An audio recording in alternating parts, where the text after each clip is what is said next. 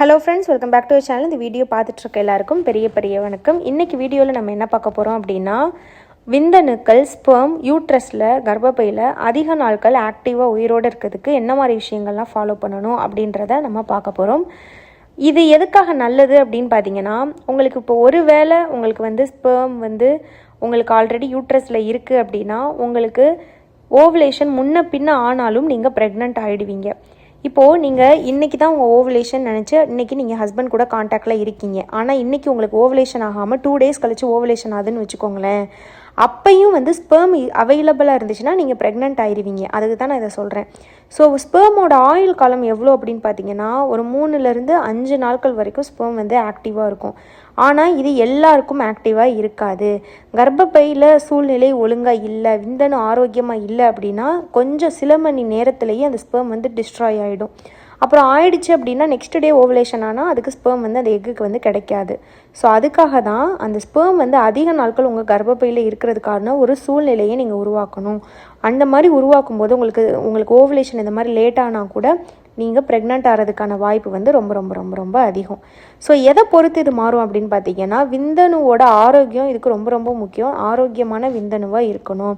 Husband நல்ல zinc, magnesium, protein, fat இந்த மாதிரி இருக்கக்கூடிய உணவுகளை ஆண்கள் எடுத்துக்கும் போது அவங்களோட விந்தணு நல்ல நிலைமையில் இருக்கும். அவங்களும் நல்லா சாப்பிட்டுட்டு நல்ல விதமான ஒரு உணவு முறை, வாழ்க்கை முறையில் இருக்காங்கன்னா, ஸ்பெர்ம் குட்டாக இருந்துச்சுன்னா அது ரொம்ப நாளைக்கு உயிரோடு இருக்கும். வீக்கான ஸ்பெர்மாக இருக்குது, அது ஆரோக்கியமாக இல்லைன்னா அது 2-3 மணி நேரத்துலேயே பார்த்திங்கன்னா டிஸ்ட்ராய் ஆக வாய்ப்பு இருக்குது. ஸோ நல்ல உணவுகளை எடுத்துக்கணும். நீங்கள் ஸ்பெர்ம் டெஸ்ட் எடுக்கும்போதே ஹஸ்பண்ட்க்கு ஸ்பெர்ம் எப்படி இருக்குன்றதை தெரிஞ்சுக்கலாம். அடுத்து முழுக்க பெண்களோட கையில் தான் இருக்குது. கர்ப்பப்பை எந்த சூழ்நிலையில் இருக்குன்றதை பொறுத்து தான் அந்த ஸ்பெர்ம் அழியாமல் இருக்கிறது முக்கியம். மெயினாக சொல்லணும் அப்படின்னு பார்த்தீங்கன்னா, சர்விக்கல் மியூக்கஸ் அப்படின்னு சொல்லுவோம்ல, அதாவது இந்த பெண்களுக்கு ஏற்படக்கூடிய வெள்ளைப்படுதல், இது ஓவலேஷன் அப்போ வரக்கூடிய ஒயிட் டிஸ்சார்ஜ் ரொம்ப ரொம்ப ரொம்ப முக்கியம். அது இருந்துச்சுன்னா தான் நமக்கு ஸ்பெர்ம் அதிக நேரம் சர்வைவ் ஆகும். ஒரு ஃபிஷ்ஷுக்கு எப்படி தண்ணி இருந்தால் தான் அது நீந்தி உள்ளே உயிர் வாழ முடியுமோ, அதே மாதிரியே நமக்கு கர்ப்பப்பையில் அந்த சர்விக்கல் மியூக்கஸ் இருக்குது, பெண்ணுறுப்பில் அந்த ஒயிட் டிஸ்சார்ஜ் வருதுன்னா தான் ஸ்பெர்ம் நல்லா உள்ளே ஸ்விம் பண்ணி அது ஆக்டிவாக இருக்க முடியும். ஸோ அந்த சர்விக்கல் மியூக்கஸ் ரொம்ப ரொம்ப முக்கியம். ட்ரைனஸாக இருக்குது அப்படின்னா ஸ்பெர்ம்னால் ரொம்ப நேரம் சர்வைவ் ஆக முடியாது. ஸோ ஒயிட் டிஸ்சார்ஜ் ஓவலேஷன் அப்போ உங்களுக்கு சரியாக இல்லை, ட்ரையாக இருக்குது, உங்களுக்கு செக்ஸ் வச்சுக்கும் போது ரொம்ப பெயினாக இருக்குது அப்படின்னா கண்டிப்பாக இது ஒரு ப்ராப்ளம். அதே மாதிரியே பாடி ஹீட் அதிகமாக இருந்தாலும் ஸ்பெர்ம் பார்த்திங்கன்னா ரொம்ப நேரம் யூட்ரஸில் இருக்காது, சீக்கிரம் டிஸ்ட்ராய் ஆகிடும். ஸோ பாடி ஹீட் இல்லாமல் இருக்கணும், ஸ்பெர்ம் ஹெல்த்தாக இருக்கணும், போதுமான அளவு ஒயிட் டிஸ்சார்ஜ் இருக்கணும்.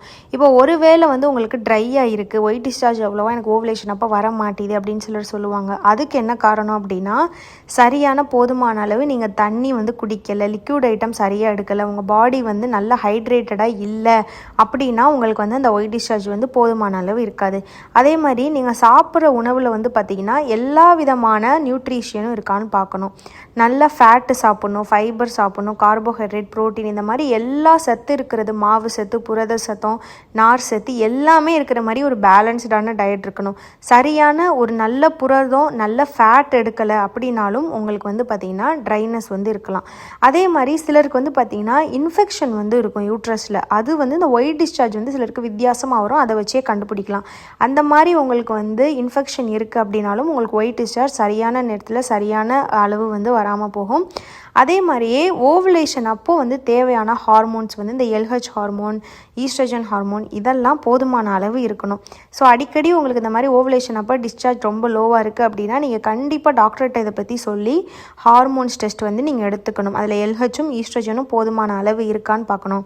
அது கம்மியாக இருந்தால் அதுக்கேற்ற மாதிரி உணவு முறை நீங்கள் டேப்லெட் எடுத்துக்கணும். அதுக்கப்புறம் பார்த்திங்கன்னா விட்டமின் டி சத்துமே ரொம்ப ரொம்ப முக்கியம். ரீசெண்டாக கூட நம்ம விட்டமின் டி ஃபுட்டை பற்றி வீடியோ போட்டிருந்தோம் இல்லையா, அந்த விட்டமின் டியுமே இந்த ஒயிட் டிஸ்சார்ஜ் வர்றதுக்கு ரொம்ப ரொம்ப ரொம்ப ரொம்ப ஹெல்ப் பண்ணும். ஸோ ஒயிட் டிஸ்சார்ஜ் லோவாக இருக்குது அப்படின்றத நீங்கள் சாதாரணமாக எடுத்துக்காதீங்க. அது உங்கள் யூட்ரஸில் இருக்கக்கூடிய ஸ்பெர்ம் எவ்வளோ நாள் இருக்கணும் அப்படின்றதையும் முடிவு பண்ணுறது அதுதான்.